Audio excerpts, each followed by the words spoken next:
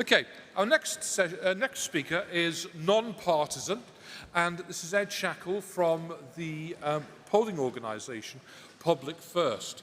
Now, I hope you've all filled in the poll that's on the barcode on your ticket. You've still got time to do it now.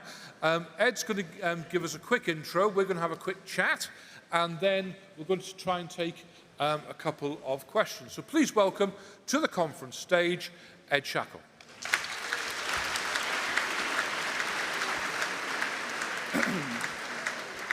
Okay, remember Ed is a non-partisan speaker, okay? He's an opinion pollster, he's a stats man. So I didn't really get a good GCSE in maths, so Ed, help us through it. Thank you very much for the introduction. Lovely to be here, especially as I, as a student, came here quite a few years ago now, so it's lovely to be back. Thank you also for filling in the poll. What I'm going to be doing now is just giving you a very brief snapshot of your results. Over 1,000 of you have now completed the poll. What this means is that we're able to have a pretty good and accurate idea of what you all think and some of the big issues and also your voting intentions. So just off the top, the Greens have swung it in the room. Over a third of you would be voting Green if there was an election tomorrow. That's in line with the last conference that we had here as well, where over a third of you again voted Green. That's more than where the public are at. Now, you may have seen the Greens are doing well in the polls generally at the moment, but not to the extent that they're doing with this room here. Conversely, Reform are doing a lot less well with you, I think it's fair to say, than they are doing with the wider public. In terms of the issues that you care about, the cost of living was the #1 issue. That's not surprising. We see that with the public anyway. They talk about the wider state of the economy, the NHS. Those issues mattered to you as well and were top issues. In terms of how the government's doing, well, half of you say that Labour are doing a bad job. Now, interestingly, that's only half of you because the wider public see it a lot worse. They have the government doing a very bad job. So you are actually a bit more sympathetic towards the government than the wider public. Now, there's been a big by-election last week, and one of the big debates after that by-election is what should the Labour Party do? Should they shift more to the left? The Greens won. There's a big argument there that they should chase after those votes. Some people are saying no, they should shift more to the right. Some people are saying somewhere in the middle. Well, it's an interesting time to ask you guys the question because you said that they should shift to the left. Half of you said that. It's a difficult question to ask the public generally, and we get more mixed results, but it's very interesting that you guys are pretty firmly, strongly believe that they should shift to the left. And it's been a big week also for foreign policy. I'm sure you will have seen a lot of the news around there. And in terms of what people want in this room, in terms of relationship with the US going forward, well, you guys want a much more distant relationship than we currently have. The public are also concerned about our relationship with the US, but you particularly strongly feel that we should be more distant with the US. You favour strong action, tough action on Trump, and you believe that we should be closer to the EU. You quite firmly believe that of all of these different actors, we should be closer to the EU. You believe this much more firmly than the general public, but again, they're nervous on the US as well. I just wanted to give you an anecdote on just quite how tricky it is for the government, because as I was introduced, we do polling, we do surveys like the one that you filled in, and that's a really good way of gauging what the public think about this.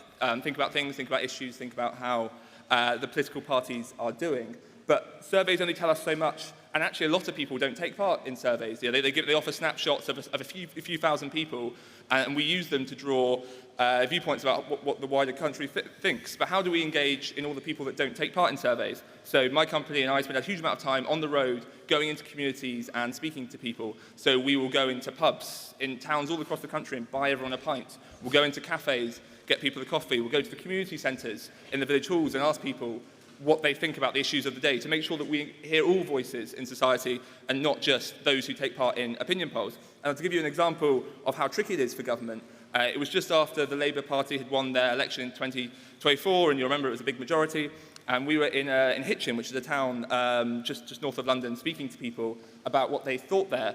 And already the polls were starting to look a little bit iffy. And I remember going up to this woman in the market and asking her, what do you think about the government? She was like, oh, terrible, they're doing an awful job. And I was like, okay, what do you think about Keir Starmer? She was like, oh, awful, awful again. You're like, okay, so what is it, the policies that you don't like? And she was like, oh, I'm not sure, it's all just bad. So I said, okay, well, let's talk through some of them. So we had the winter fuel allowance. What do you think about that? She was like, oh, awful, awful. And they paid out to the unions. She was like, oh, awful, awful. And then I was like, okay, well, another one is that they released some of the prisoners early. And she was like, nope, I'm sorry, I'm not going to have a bad word to say about that. And I was like, oh, interesting. Why is that? She was like, I was one of them. But yet still, she was not voting for him. And just to give you a sense of even when policies directly impact people's lives, it still is incredibly difficult to win support. So it's a very, very difficult climate for political parties to do well in the UK.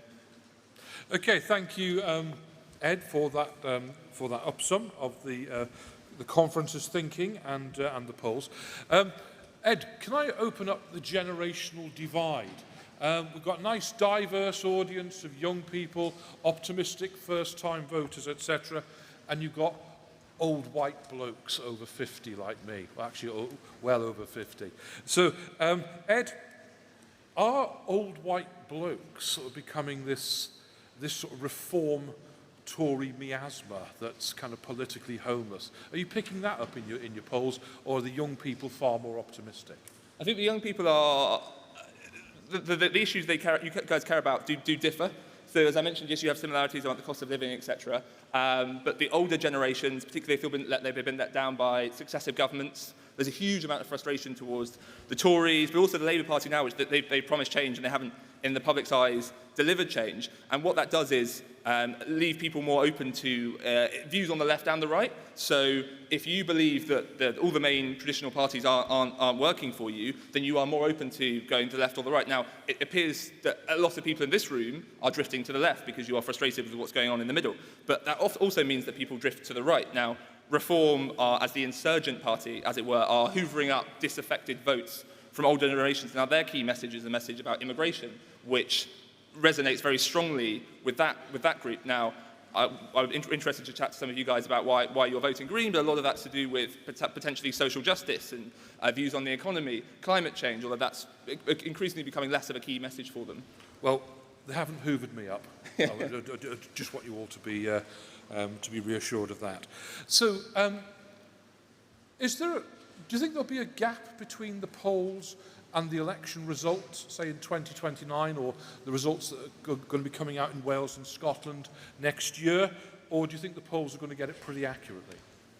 I always have to be slightly careful about making predictions. But what I will say is that we have this new phenomenon of sort of anti-politics in the UK at the moment, because we have such a large number of disaffected voters. It's actually very hard to predict turnout. It's hard to predict who will vote, because disaffection among voters is increasingly large groups of voters. So it's not just it used to be associated with working class voters in the north, but actually anti-politics has spread to huge swathes of our electorate, which makes it very hard to predict who is and isn't going to vote, and also how they're going to vote. Yeah.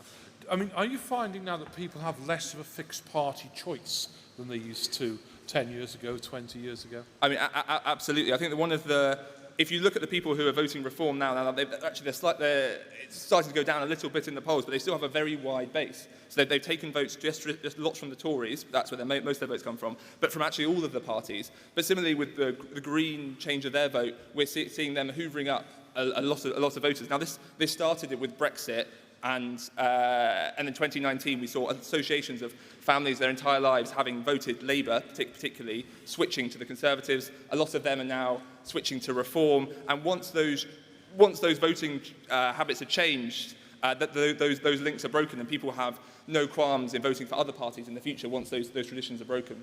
Okay, the sort of breaking down of traditions, that's really, really, a slap in the face for the traditional class voting models, isn't it, that we've sort of, grown up with and over the decades. Now, I'll just invite some questions from our audience. Now, Ed won't be answering questions on sort of partisan issues, but he'll be answering questions about polling. We'll take two at a time. Young person here, what's your name and where are you from? My name is Mehmet, and I go to Arc Pioneer Academy.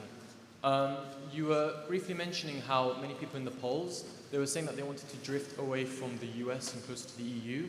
What do you think do you think they'll be welcoming to foster close relations with China? as well, economic or otherwise. Okay, and young person up there as well. We'll take two at a time. Good afternoon. My name is Olivia Noble from Highstead Grammar School. Can you just speak a bit louder, Libby? I do apologise. That's great. In an age of constant social media, how can young people be confident on the political information that we are being given? Okay, so are we going to does the public support changing our international alliances massively?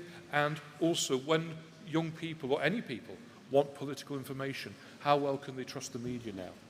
Interesting. So on the first thing on US China, it's a really good point. So I would say that voters generally are losing, they have a very negative view on the way that global affairs are handling themselves. They see the world as a much more dangerous place than they used to. To give you a sense of perspective of that, half the people think that there will be a World War III in 5 years. It's a really, really high percentage.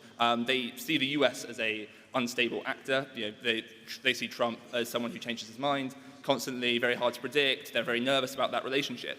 But I also say that that's the same in the US with their voters as well. So the foreign policy is becoming really, really hard to predict. And that throws a lot of things up in the air, including trade deals. So if you look at potential trade deals, actually, when we've asked people what they think about a trade deal with China, and we've asked people in the US what they think about a trade deal with China, interestingly, more people now think that China would be a more reliable trade partner than the US. Now, that doesn't mean that everyone's jumping to a trade deal with China, but what that means is that this relationship where we used to have America as our number one partner, as someone that we could rely on, those bonds are now broken and people are open to other ideas. Now, like I say, it doesn't mean that we're desperate for a trade deal with China, but what it does mean is that almost the relationship with the US is in such a bad place among the public's eyes that something like a deal with China, which a few years ago people would have been much more skeptical about, is now open. And the second question was about information. Yeah, how much can young people especially trust the media? Well, I think people are, of all genders, this isn't just a young people thing. I think people are losing trust in information, disinformation, and the rise of AI is a huge, huge concern among all age groups. If you look at the impact of politics on that and how people trust information, we're seeing that in the UK, trust for the mainstream news, so news sites like BBC, etc., going down. People are getting their news increasingly from YouTube, from TikTok. That means there's a lot more suspicion around that. Trust generally, though, in terms of where we get our news, is going down. It's a really, really big problem that we're going to have to face. AI as well within that, and where we get our news. British voters are technically a lot more sceptical than other parts of the world. We're sceptical about AI generally as well, but misinformation is a really increasingly growing concern. Okay. Person up there? Who's up there? Whom do we have? Nobody? Nobody wants to come up? Okay. Hello. I'm Hannah from Hertfordshire. Politicians obviously have different motivations, personalities, backgrounds, and wealth. Do you think they are sufficiently self-aware about how this affects their work and how representative they really are? In other words, is the average politician actually fit to govern?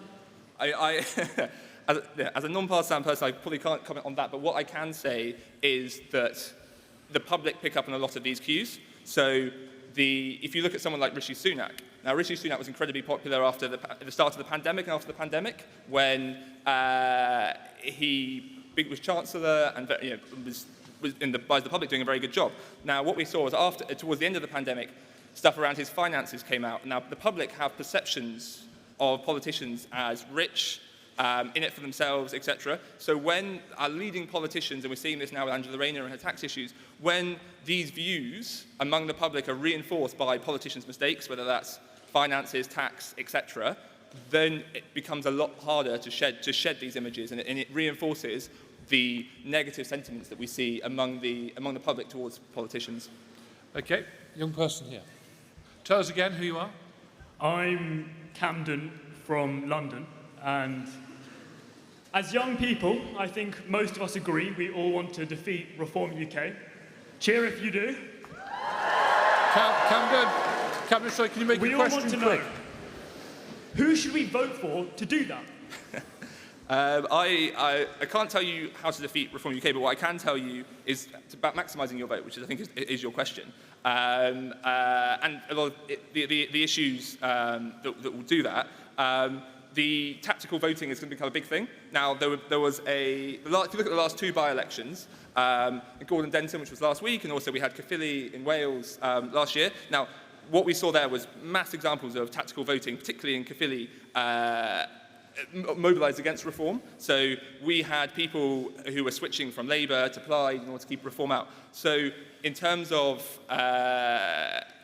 one of the most interesting trends that we might see ahead of the next election is whether or not a vote coalesces around keeping reform out. Now, it's interesting because when we asked you the polling question around how you saw how you were going to vote, you weren't voting necessarily for the party that you wanted to win the next election, but the least worst choice. Now, that works directly into tactical voting. So many of you may go to and when you next go to vote, or when you go to vote for the first time, go to the voting booth and will be thinking about your seat and who is best placed to defeat the candidate of the party that you are trying to keep out. Yes, that will be a phenomenon that we are likely to see more and more of over the next election. It particularly saw it around Brexit, but we're seeing it again and again, and it may be more successful now than it was around Brexit, because it didn't end up being particularly successful. Okay. Ed Shackle, thank you very much indeed. Thank you.